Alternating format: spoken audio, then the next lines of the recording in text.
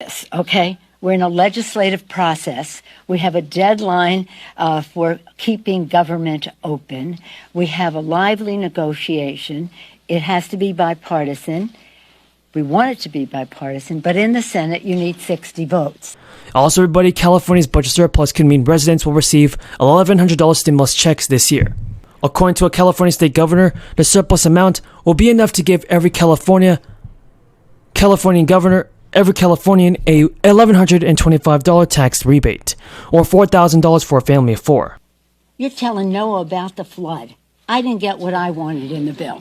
So I say to my members, yeah, that's a negotiation, and that's the way it is. And look at what is in the bill and what it does for America's working families, what it does for Ukraine, what it does, that so much needs to be done as opposed to what you don't like about the bill.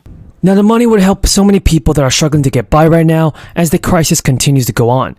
It's still unclear, though, how much taxpayers could receive in 2022.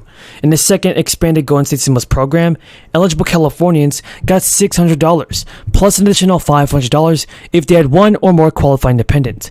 So everybody, I can't wait for President Biden to send out more stimulus payments, and I believe that he should definitely do more and help the people in need.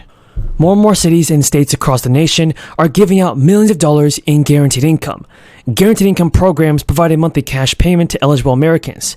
And now lawmakers in Congress are encouraging eligible people to apply for universal basic income programs offered in their city or state. As President Biden continues to push for an expanded $3,000 child tax credit until 2025. Many economists believe all these crisis relief benefits signify a step forward in a universal basic income. Biden's stimulus checks bill, which upped the existing $2,000 credit to $3,000 and added a 4-year extension, has already helped and lifted an additional 4.1 million children out of poverty.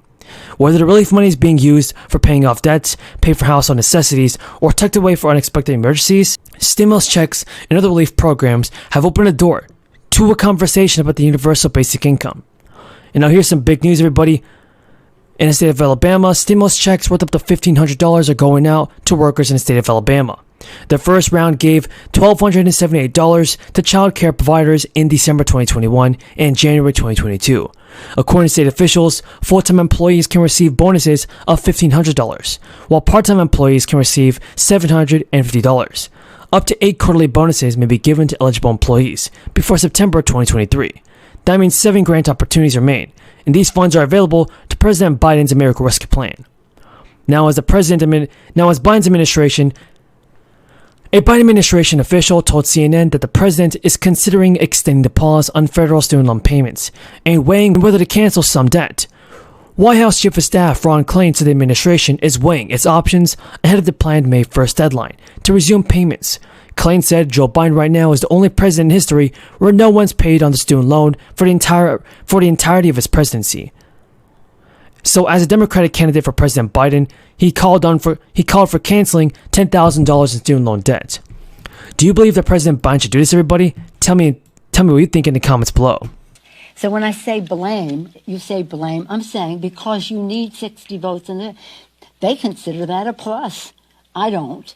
If you need 60 votes in the Senate, they have to come to terms. And as I said, it was greatly reduced. We didn't do localities.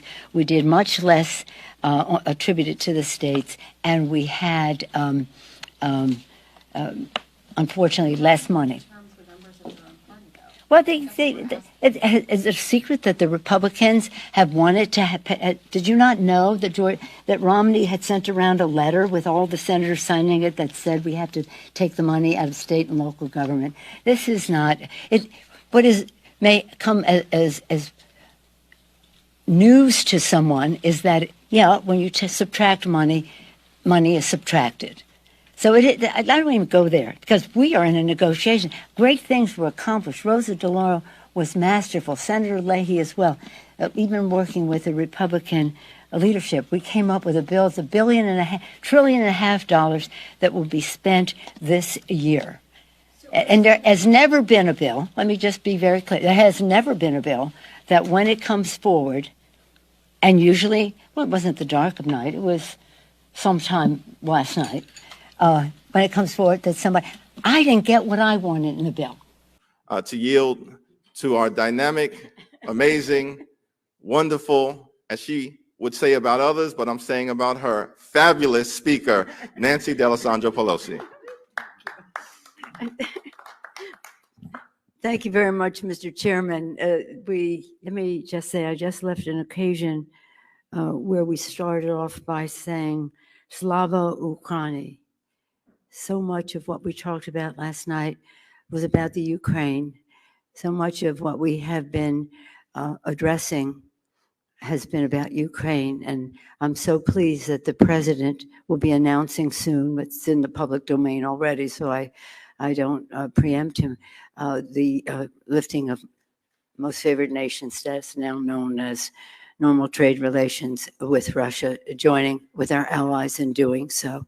Very proud that in a very strong bipartisan way, we took action in the House this week to lift the purchase of Russian oil and have the Magnitsky bill legislation part of that, renewing that law.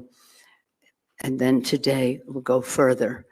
I want to commend the president for his extraordinary leadership.